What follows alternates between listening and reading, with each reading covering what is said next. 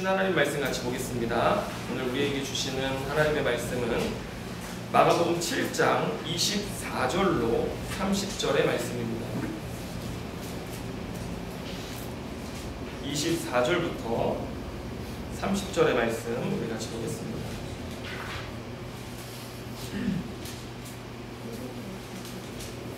자, 우리 다 찾으셨으면 아멘 하시기 바랍니다. 우리 같이 한 목소리로 합독하도록 하겠습니다. 시작. 예수께서 일어나사 거기를 떠나 두로 지방으로 가서 한 집에 들어가 아무도 모르게 하시려 하나 숨길 수 없더라. 이에 더러운 귀신 들린 어린 딸을 둔 한 여자가 예수의 소문을 듣고 곧 와서 그 발 아래에 엎드리니 그 여자는 헬라인이요 수로보니게 족속이라. 자기 딸에게서 귀신 쫓아내 주시기를 간구하거늘 예수께서 이르시되 자녀로 먼저 배불리 먹게 할지니 자녀의 떡을 취하여 개들에게 던짐이 마땅치 아니하니라. 여자가 대답하여 이르되 주여 올소이다마는 상 아래 개들도 아이들이 먹던 부스러기를 먹나이다. 예수께서 이르시되 이 말을 하였으니 돌아가라 귀신이 내 딸에게서 나갔느니라 하시매 여자가 집에 돌아가 본즉 아이가 침상에 누웠고 귀신이 나갔더라. 아멘. 네, 오늘 이 말씀을 가지고 전적인 은혜 복음 29번째 말씀을 함께 나누도록 하겠습니다.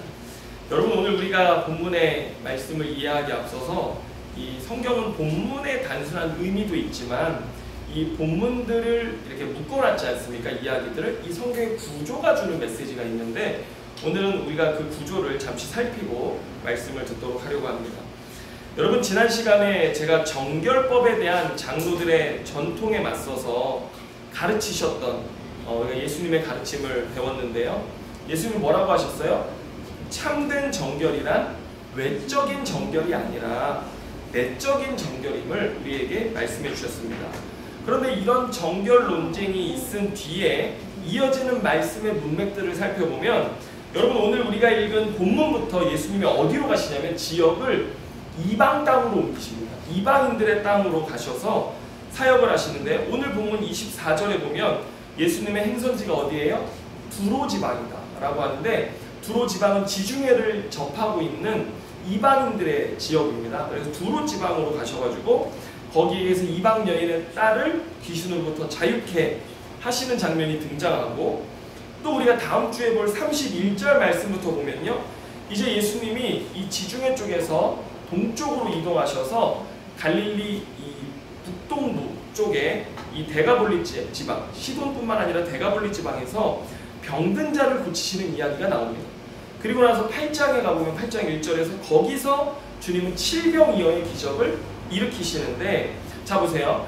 정결 논쟁이 있어요. 무엇이 깨끗하고 무엇이 부정한지에 대한 정결 논쟁 뒤에 주님이 이 이방인에 대해서 이방인 지역에 가서 이방인들과 사역하시는 것을 통해서 주님이 주시는 메시지가 뭐냐면 당시 유대인들은 이방인들 또한 부정하다고 여겼습니다. 오늘 본문에 보면요, 개가 등장하지 않습니까? 정말 유대인들은 이방인을 개같이 혐오하고 경멸했습니다. 그런데 오늘 예수님도 유대인이지 않습니까? 그런데 주님이 어디에 가셨어요? 이방인의 땅에 가셔서 그들을 고치시고 또 귀신으로부터 자유케 하시고 먹이셨거든요. 여러분, 이거 이상하지 않습니까?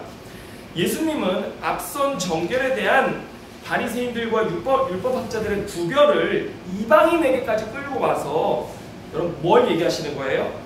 사람이 부정하고 더러운 것이 아니라는 사실을 오늘 이 구조를 통해서, 이 문맥을 통해서 우리에게 가르치고 계시는 것입니다. 여러분, 주님께서 이스라엘 백성들에게 율법을 주신 본래의 목적이 무엇이었습니까? 너희들 자신만 정결하고 거룩한 백성 되라고 주신 것이 아니라 여러분, 율법을 가진 백성이 됐다는 것, 이스라엘만 하나님이 택하시고 불러서 그들에게 율법을 가지는 특권을 주신 이유는 너희가 열방을 향해서 제사장 나라가 되어서 율법에 순종하는 거룩하고 아름다운 삶을 통해 모든 열방이, 주변에 있는 이방인들이 너희들의 삶을 보고 참으로 정결하고 거룩한 삶으로 돌아오게 하라는 사명을 주신 것이었습니다. 그래서 그들에게 율법을 주신 것이었거든요. 그런데 지금 바리새인들과 율법학자들은 어때요? 자기들이 율법을 가진 백성 되었다는 것에 참된 의미도 모르고 율법을 하나의 전통으로 만들어서 구원해야 할 사람들을 오히려 정죄하고 있었던 것이죠. 정말 하나님의 말씀을 폐할 뿐만 아니라 맹인이 맹인을 인도해서 둘 다 구덩이에 빠지는 일이 아닐 수 없었던 것이죠. 여러분, 오늘 이 말씀이 교회에게 주는 의미가 있습니다. 교회는 어느 누구도 차별하고 혐오해서는 안 되는 공동체라는 것입니다. 아멘이니까? 여러분, 제가 묻겠습니다. 교회에 술 먹고 담배 피는 사람은 올 수 있습니까? 없습니까? 네? 올 수 있습니다. 예. 그런데 여러분, 전통적으로 교회가 얼마나 그들을 향해 문턱을 높여놨는지, 정말 주초 문제를 가지고 성도들을 얼마나 정죄했냐면, 전도할 때 제가 전도하다 보면 어떤 아저씨가 이래요. 저는 술 먹고 담배 펴서 교회 못 갑니다. 술 끊고 담배 끊어야 교회 갈 수 있습니다. 이렇게까지 얘기할 정도예요. 여러분, 예전에 교회에 어떤 스토리들이 있었냐면, 청년들이 이제 대학을 졸업하고, 물론 대학을 들어갈 때도 제일 고민이 뭐예요? 대학 들어가면 첫날 뭐예요? 오리엔테이션. 오리엔테이션 하면 뭐예요? 밤새 술 마시고 막 이런 문화잖아요. 그래서 교회에서 얼마나 그 고3 학생들을 단도리하고 막 너희들이 믿음을 가져야 된다, 술을 거부해야 된다, 그 문화에 말려들어서는 안 된다, 얼마나 가르쳤는지 몰라요. 또 대학 졸업하고 이제 직장에 들어가잖아요. 직장 들어가면 뭐예요? 회식하잖아요. 회식 때 너희가 술 마시면 안 된다. 그래서 뭐 사이다를 따라서 먹고 술은 정중히 사양하고. 여러분, 저도 사단장이 장교됐을 때 사단장이 술을 다 따라주거든요. 모든 장교들한테. 제 앞에 있던 침례교 나온 전도사가 있었어요. 걔는 너무 떨려가지고 이렇게 마셔버렸어요. 홀짝. 그래도 걔가 와가지고 저한테 내가 너무 떨려가지고 홀짝 마셔버렸다. 이거 어떡하면 좋냐.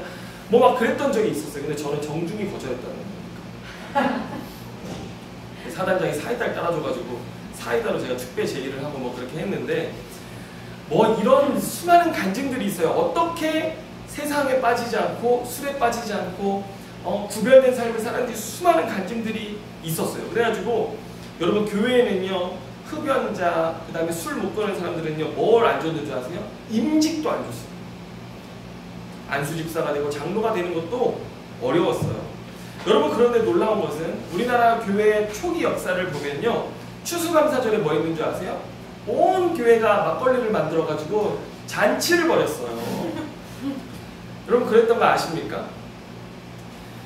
그러니 술과 담배가 교회에 교회에 들어온다는 얘기죠. 주초 문제가 있다고 해서 교회에 오지 못할 이유가 없는 것이죠. 여러분, 그렇다고 교회가 술 파티를 열어야 됩니까? 이번 추수감사절 여러분 기대하시길 바랍니다.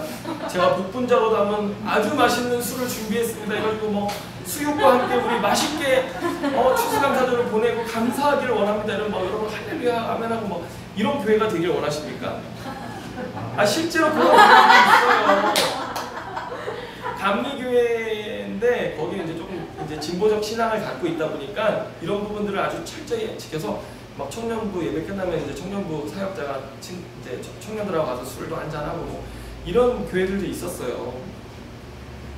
그런데 여러분, 벌써 우리 교회가 술과 담배를 이제 점점 터부시하게 된 근본적인 이유엔 뭐가 있습니까?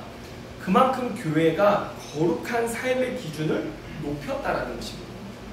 여러분, 이렇게 높여놓은 거룩한 삶의 기준을 우리가 또다시 낮출 필요가 있습니까? 낮추고 싶어도 제가 이번에 건강검진을 갔더니요, 뭐라고 하는지 아십니까? 의사가? 술 마시십니까? 아니요. 담배 피십니까? 아니요. 잘하셨습니다. 저한테 그러는 거예요. 여러분, 술 먹고 담배 피고 한번 건강검진 가보세요. 의사가 뭐라고 하는지. 네.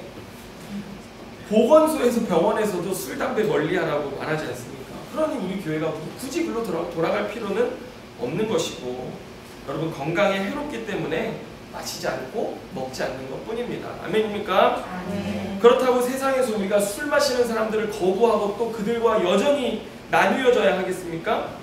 여러분, 참된 거룩은 이러한 것에 있지 않다라는 것을 여러분 믿으시길 바랍니다. 아멘. 술을 마시면 거룩하지 않고 마시지 않으면 거룩한 것이 아니라 중요한 것이 뭐예요? 삶의 거룩함을 주님은 원하신다라고 하는 것입니다. 뭐 이제부터 숨겨놓고 마셨던 거 대놓고 먹거나 그러지 여러분 마시길 바랍니다. 여러분 이것을 가지고 누구를 정죄할 수 없고 또 여러분이 정죄당할 필요도 없다는 것을 아시길 바라요. 그래서 주변에 술과 담배 때문에 교회에 못 나오는 사람들이 있다면 내가 담배 한 갑 사줄 테니 교회 갑시다. 여러분 이렇게 전도하시기 바랍니다. 예. 또 교회는요 피부색이 다르다고 또 다문화 가정 요즘 많잖아요. 그렇다고 해서 인종과 상관없이 그들을 위해 존재해야 하는 공동체가 바로 교회 공동체입니다. 또 종교가 다르다 할지라도 교회는 모든 사람에게 항상 열려 있어야 합니다. 예전에 익산에 할랄 단지가 들어온다는 소문이 있었어요. 뭐 이게 진짜인지 가짜인지 모르겠어요. 그런데 기독교인들이 얼마나 반대했는지 이슬람 할랄 단지가 들어오면 수많은 이슬람 교인들이 들어오는데 다 직업을 위해서 온다 하지만 그 중에 대다수가 이슬람 부루들 있잖아요. 그 사제들이어서 한국을 이슬람이 삼키려고 한다. 뭐 수많은 이런 것 때문에 기독교인들이 엄청나게 반대해가지고 몰아내버렸어요. 네. 그리고 또 제주도에서 예멘 그 난민 사건이 있었습니다. 500명이 넘는 예멘의 내전 때문에 난민들이 제주도로 들어왔는데 그때도 기독교인들은 얼마나 냉혹하게 그들을 반대했는지요. 이슬람 국가가 들어온다고 해가지고 IS 뭐 이런 사람들 있잖아요. 그런 사람 들어온다고 반대하고 독일은 난민을 받아들였더니 뭐 성폭행의 문제가 있고 뭐 엄청난 사회 범죄가 일어나고 막 이러면서 두려움을 조장해서 반대했어요. 여러분 예수님 뭐라고 하셨어요? 교회는 만민이 기도하는 집이라고 하셨습니다. 여러분 역사상 기독교가 한 번도 다수 종교였던 적이 거의 없었어요. 그런데 요새는 기독교가 다수 종교가 됐잖아요. 주류가 됐잖아요. 그래서 이런 잘못된 행동들을 하는데 여러분 교회가 예전에 소수 종교로서 핍박당하고 또 박해당할 때 여러분 그때를 생각해보면 우리는 이런 뭐 말이나 가르침조차 줄 수도 없었어요. 그런데 이제는 다수 종교가 돼가지고 이런 잘못된 일들을 행하고 있는데 여러분 교회는요 그 이슬람교인들도 와서 사랑과 또 돌봄 속에 변화되고 주님을 믿게 되는 이런 일들이 일어나야 하는 곳이지 여러분 그들을 터부시하고 몰아내야 하는 그런 집단이 아니라는 사실을 여러분 아시길 바라고요. 누구든지 이곳에서 하나님의 도움과 은혜를 누릴 수 있는 곳이라는 사실을 여러분 믿으시기를 바랍니다. 자, 그래서 어떻게 아멘은 한 분도 안 하시네요. 아멘입니까? 네. 그래서 오늘 주님의 행로를 따르면서 우리는 무엇을 봐야 되냐면 무엇보다 복음 안에서 주님께서 세상을 향해 가지신 계획이 무엇인지를 알아야 하는데 여러분 복음 안에서 주님이 세상을 향해 가진 구원의 계획 무엇입니까? 모든 믿는 자들이 구원받기를 원하시는 하나님의 마음입니다.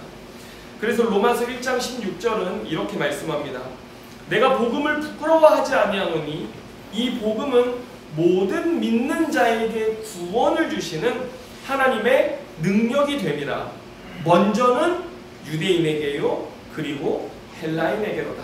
유대인으로부터 이방인에 이르기까지 모두가 이 복음을 믿음으로 구원을 받게 되는 것이 복음의 목적임을 오늘 성경은 가르치고 있는 것이죠.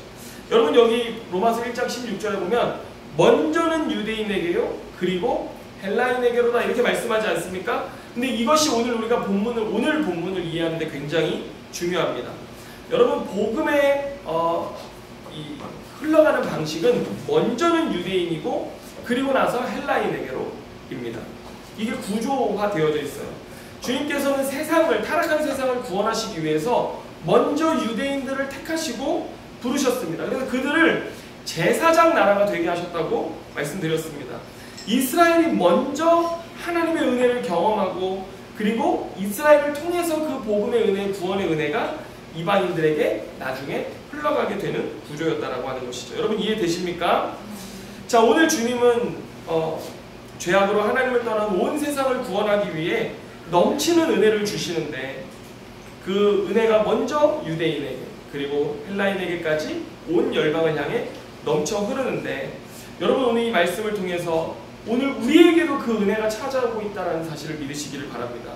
오늘 귀신 들린 자에게서 귀신을 쫓아내주시고 병든 자에게서 병든 것을 고쳐주시고 또한 질병이어의 기적으로 우리의 삶에 날마다 먹을 것을 공급해주시는 하나님의 통치, 하나님의 그 넘쳐 흐르는 은혜를 누리면서 오늘 하나님의 마음을 알고 복음을 위해 살아가시는 저와 여러분 다 되시기를 주님의 이름으로 축원합니다. 자, 오늘 예수님께서는 두로 지방으로 떠나셨습니다. 24절 후반절을 보시면 한 집에 들어가 아무도 모르게 하시려 하나 숨길 수 없더라 이렇게 말씀하거든요. 왜 그랬을까요? 예수님 사역을 하시면 하실수록 여러분 앞서 우리가 마가복음에서 배웠던 것처럼 세례 요한을 죽인 헤롯 왕이 예수님의 사역을 보면서 자꾸 뭐라고 생각하냐면 이거 세례 요한의 부활이다 이렇게 생각해서 예수님도 그 헤롯 왕의 위협을 받고 계셨습니다. 그리고 또 바리새인들과 율법학자들이 계속해서 예수님을 쫓아다니면서 사사건건 시비를 거는 것이죠. 그리고 지금 보면 예수님과 제자들이 한 번도 쉴 수가 없었어요. 그래서 예수님은 어떻게 해서든지 제자들을 데리고 좀 한적한 곳에 가서 아무도 모르게 쉬고 가르치고 또 먹으려고 했지만 그럴 새가 없었는데 오늘 이방 땅에까지 갔는데도 어떻게 소문이 거기까지 들려서 쉴 수가 없었습니다. 여러분 25절 보면 한 여인이 예수님의 발 앞에 나와 엎드렸습니다. 그녀는 딸이 더러운 귀신에 들려 고통을 당하고 있었습니다. 그래서 예수님께 와서 자기 딸에게서 귀신을 쫓아내 주시기를 간구했는데요. 여러분 마태복음에 나타난 동일한 본문, 이 병행 본문이라고 하죠. 이 병행 본문을 보면 그녀가 예수님을 뒤따르면서 얼마나 소리를 지르며 간구했는지 제자들이 예수님 좀 어떻게 대답을 좀 하시든지 하시라고까지 할 정도로 그렇게 간절히 예수님을 쫓았습니다. 그런데 그녀를 향한 예수님의 응답은 거절이었습니다. 마태복음을 보면 예수님이 한마디도 반응을 하지 않으셨다고 그랬어요. 그런데 예수님이 결국 그녀에게 답변을 하셨는데 뭐라고 했냐면 어마어마하게 냉혹한 답변을 주셨습니다. 오늘 본문 보시면 예수께서 이르시되 자녀로 먼저 배불리 먹게 할지니 자녀의 떡을 취하여 개들에게 던짐이 마땅치 아니하니라 이렇게 말씀하셨습니다. 여러분 여기 예수님이 거절하신 이유가 뭐예요? 그녀가 이방인이기 때문에 거절한다라고 하는 뜻이에요. 그리고 심지어 뭘로 비유했어요? 유대인들은 자녀고 이방인들은 개다 이렇게 얘기했습니다. 보면 예수님이 이방인을 더 차별하시는 것 같지 않습니까? 그런데 여기서 예수님이 이렇게 말씀하신 이유가 있어요. 여러분 쉽게 우리는 예수님이 그 여인의 믿음을 시험해 보신 것이다 이렇게 알기도 하지만 여러분 더 본질적인 이유가 있습니다. 바로 하나님의 구원 계획 때문인 것인데요. 제가 앞서 이스라엘을 택하신 이유가 뭐예요?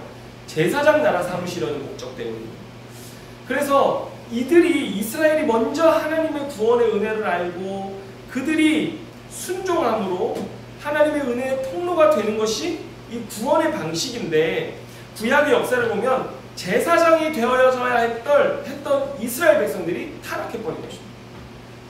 제사장이 자기의 사명을 버리고 우상을 쫓아갔어요. 그러면 하나님은 누구를 먼저 회복시켜야 됩니까? 이 땅을 구원하시려면 당연히 제사장을 먼저 회복시켜야 되는 것이죠. 물론 하나님께서는 이스라엘 백성 없이도 온 열방에 하나님의 영광을 나타내실 수 있는 분이셨습니다. 하지만 하나님 그렇게 하지 않으세요. 여러분 이게 놀라운 은혜입니다. 성경을 보면 하나님은 일부러 전지전능하신 하나님께서 일부러 연약한 인간과 언약을 맺으세요. 인간들을 부르시고 그들과 언약을 맺으셔서 인간의 삶에 자기를 묶어버리세요. 이게 하나님의 이상한 방식이에요. 근데 하나님은 세상에서 구원을 이루실 때 그런 방식으로 구원을 이루시는데 왜 그러냐면 여러분 보세요. 아브라함도 하나님이 부르셔서 언약을 맺었죠. 근데 아브라함이 계속 연약하잖아요. 그러니까 하나님 어떻게 하세요? 아브라함에게 찾아가셔서 그에게 말씀하시고 가르치시고 때로 그가 정말 언약을 파기할 위기에 처했을 때는 하나님이 급하게 나타나셔서 그를 구원하시고 다시 그의 삶에 하나님이 어떻게 그 언약을 이루어 가시는 하나님인지를 몸소 드러내세요. 그래서 아브라함만 해도 벌써 75세 때 불러가지고 이삭 낳을 때 100세까지 최소 25년을요. 하나님 그 한 사람하고 씨름하시느라 그렇게 시간을 허비하시는 거예요. 근데 이게 하나님의 구원의 방식이에요. 하나님께서는요, 이렇게 한 사람과 나중에는 그게 이스라엘 백성이 되잖아요.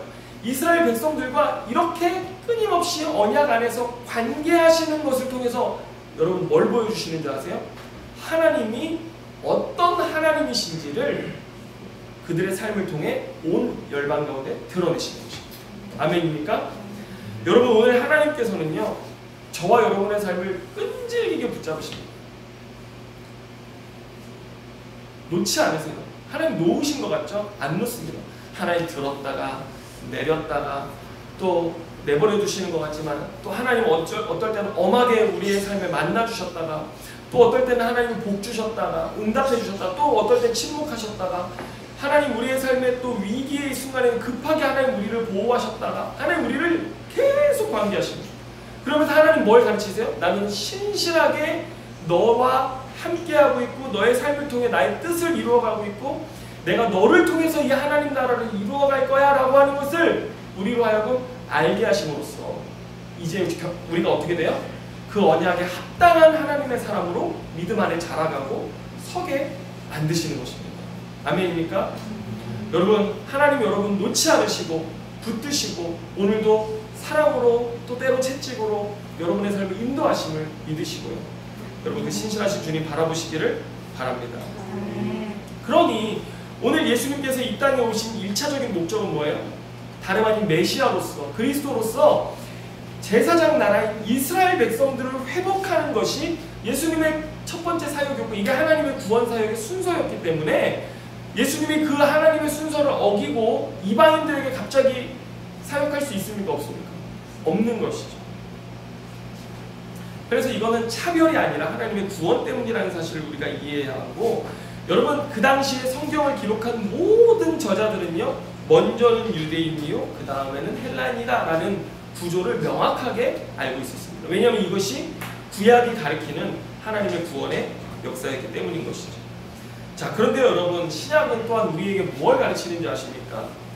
이스라엘 백성이 끝끝내 예수님의 은혜를 거부하다 어떻게 했어요? 예수님을 십자가에 못 박았어요. 그래서 어떻게 됐는지 아십니까? 예수 그리스도의 은혜를 거부한 그것 때문에 이 하나님의 은혜의 수로가 어디를 향하게 돼요? 이방인을 향해 나가게 되는 것입니다. 그러면서 예수님의 십자가와 부활 사건 이후에 본격적인 교회의 이방 선교가 시작되어지는데요. 여러분, 하나님은요 우리를 구원하시고 십자가의 은혜로 우리를 사랑하십니다. 우리를 끝끝내 포기하지 않으시고 우리와 함께 하시고 우리를 붙드시고 은혜 베푸시지만, 여러분 끝까지 우리가 하나님의 은혜를 완고하고 고집세게 거부하면요 어떻게 됩니까? 그 은혜의 물결은 다른 곳으로 흘러가게 된다는 사실을 여러분 깨달으시고, 오늘 주님의 은혜가 우리에게 있을 때 그 은혜를 붙드시는 저 여러분 다 되시기를 주님의 이름으로 축원합니다. 그런데 여러분 오늘 본문의 이 여인 보세요. 예수님의 이러한 혹독한 거절에도 불구하고 무엇을 구했습니까? 우리 28절 한번 같이 읽어봅시다. 28절 같이 읽습니다. 시작. 여자가 대답하여 이르되 주여 올소이다마는 상 아래 개들도 아이들이 먹던 부스러기를 먹나이다. 여러분 지금 이 이방 여인은 예수님에 대한 소문을 듣고 깨달은 것이 있었어요. 그것은 그 은혜가 아직 이방인에까지는 미치지 못했다 할지라도 나를 위해 간절히 그 은혜를 구하면 예수님께서 이스라엘 백성들에게 베푸시는 그 은혜 가운데 부스러기 은혜라도 얻을 수 있을 것이라는 믿음을 가지고 있었던 것입니다. 여러분 마태복음 15장의 병행 본문 말씀을 보면 이 여인이 예수님을 뭐라고 부르냐면 다윗의 자손이여 이렇게 부릅니다. 여러분 다윗의 자손이라는 말 안에는 구약의 큰 역사가 들어있습니다. 이 말은 다윗 왕과 같은 메시아 그리스도가 와서 다윗 왕 때처럼 이스라엘을 회복하고 하나님의 구원 계획을 이룰 자라는 뜻이 담겨있는 것입니다. 그러니 이 여인은 지금 예수 그리스도가 다윗의 자손이다라는 걸 알았잖아요.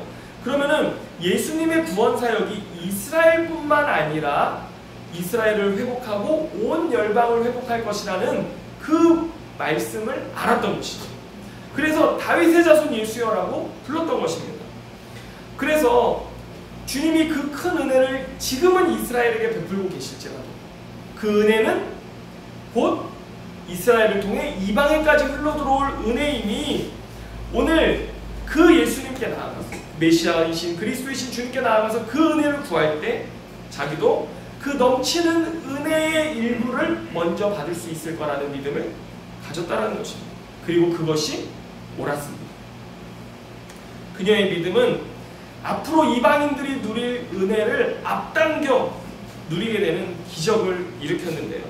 주님은 그녀의 믿음을 칭찬하시면서 그 순간 딸에게서 귀신이 떠나가게 되어지는 놀라운 치유의 역사를 나타내 주셨습니다.